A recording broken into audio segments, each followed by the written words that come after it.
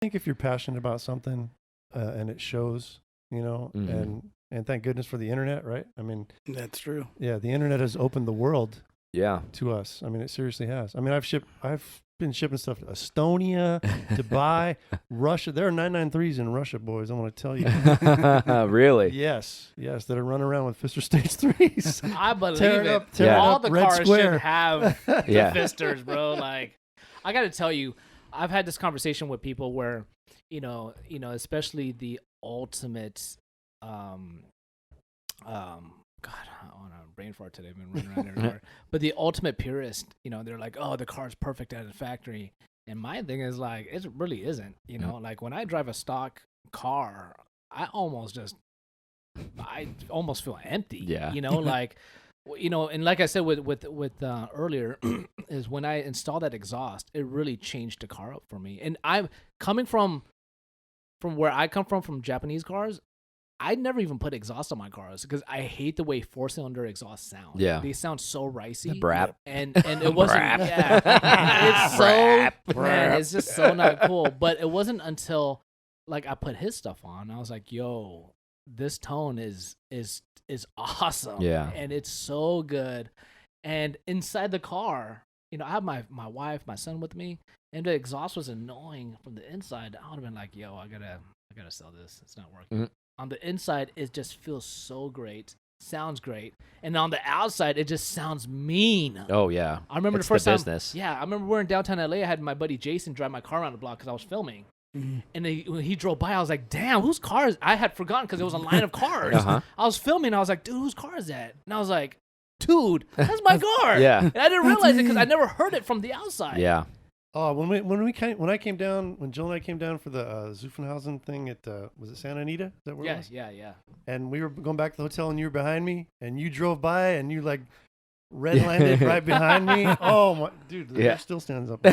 He's like, "Oh my God." Good stuff. I'm telling you, it's so crazy because when I actually reached out to Darin at the time, I didn't know how great any of it was going to be. To be honest, I just reached out to him just to say, "Hey, look, just to meet somebody, Yeah. And then when I got it, it was like I remember the first time we're inside my buddy's garage, my buddy Lee's shop, and we turned it on and we're like, dude, it sounds dope. Changed my life. It sounds dope, man. That was before Drew was famous. So when he called me, I'm like, "Excuse me, what's your name?" Yeah. Drew. Who are you again? What? Yeah.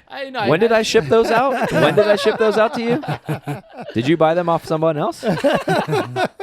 But I gotta tell you, the other biggest thing to me was the shifting point because I had the S shifter, which was the really high one, and it's a tractor. Oh God, it was so bad. I complained the whole time I owned that car. In the beginning, I was like, "These throws are so long." Oh my God. Yeah. I complained the whole time. I was like, "Look, I'm not really happy. I'm almost willing to sell it." And at the time, 964s were just like that pocket for me.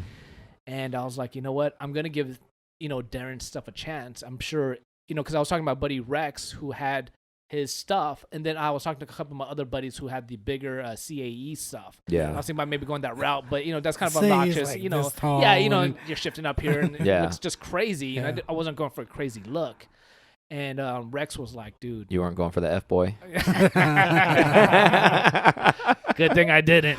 Thanks, Rex, for the recommendation. So yeah, and ever since I put it in, it just as soon as I got in, I was like, "Yo, this is the one. This is a spot. This is where it needs to be."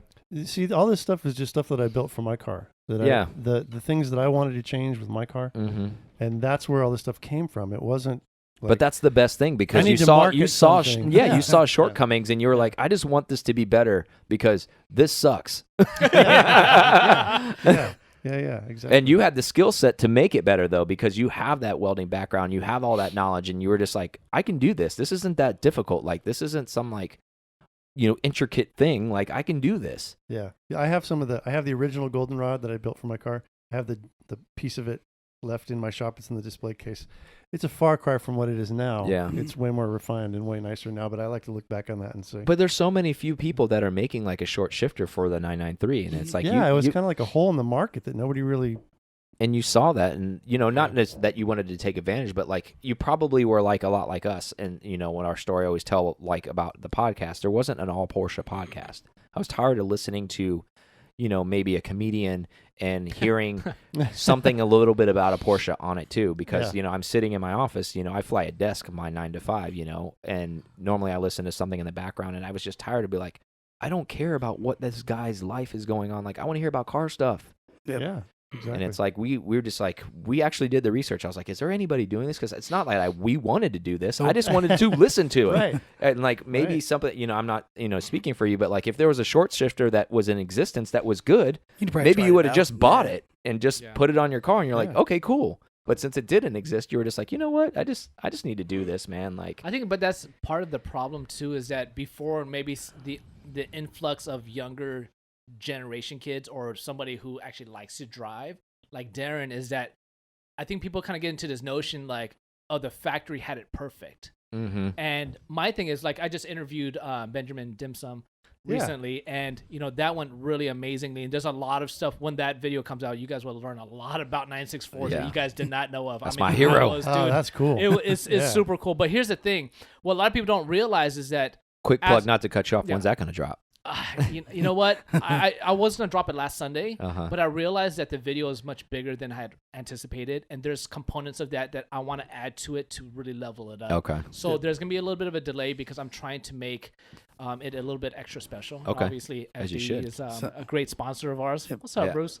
So the other thing too is that what's really important for me is that there's a lot of things that designers want to do that they can't do because of politics within the company. They're like, hey, look, our budget doesn't allow for that. That's right. 100%. And so when I was talking to Benjamin, there was a lot of questions I had with the 964. I mean, you guys are going to be blown away by this interview. But what I'm trying to say is that there are certain things that they might have said with the shifter, and they're like, yo, maybe this isn't right for this car. But they were like, hey, look, you know what?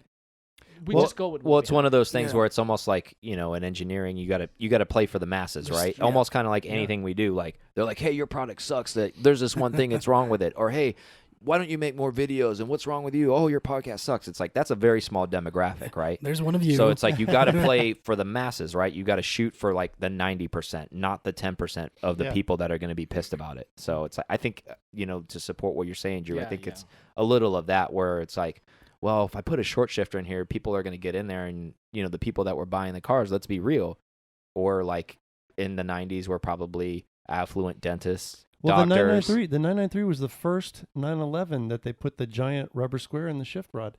964s didn't have it. Yeah. None of the previous cars had it. That's true. So they really tried to soften it up, I think, with the 993. I think their demographic Look, probably... he's over there like fuming. I think it probably I was. agree. The demographic was changing. Because they were catering to their population of the people Doctors, they were buying. lawyers. Exactly. They want a nice little smoother, squishy little shifter. Exactly. The car, and even in the suspension of the car, it was a softer ride, right? That's right. Like you could speak from experience. You have a 964 and a 993. You've had both, Drew, and you guys have both said the parallels between the cars are significant. Yeah, absolutely. I was just at Singer yesterday. We're at Singer yesterday. We're talking about Goose. Not I was just we. But they were talking about there. suspension yesterday. We. Well, you should have came down earlier. That's right. We would have had you in. You want a little tidbit on that whole thing? Tell us, Darin. Every Singer that's come off the line, except for the lightweight one that they do now, that $1 million one. Yeah. I don't know if I should say this. It's supposed to be private, but Okay. every Singer has my SSK and goldenrod in it. Boo-boo! There's no logos on them. It's all logo free. I have to strip it all down. That just happened. Don't tell nobody. Yeah. Singer level. Yeah, but that's just between us, right? This isn't going on. that's Okay, good. I think Good. there's like This 200 people that listen to this show, is so it's not private. that big of a deal. This is private information. Don't Yes. tell nobody, guys. Yes. Don't worry, like that will get out 5 years from now. Yeah, Because okay. there's like 200 people that listen All to right. us, so it won't matter. Good. Okay. This is inside just wanted to- information. I just for wanted to- the- Exactly. Just in case, wanted to- for you 200 that are listening, that just happened. But that's keep that awesome, close. though. Yeah. That's Yeah, really pretty cool. And I I mean- think going back to all of that is that once you have driven a car that feels proper, like to me, it doesn't feel like when I drive the car and go, oh my God, it's you get in race cars and you're just like, oh my God, it's work. Mhm. To me, the way he has it set up is like perfect. Yes. The way it's set up, you know what I'm saying? Like to me, that's the default. Mm-hmm. I'm not even asking for extra. Yeah. I'm just like, this is just hit the standard. Just fix the shortcoming.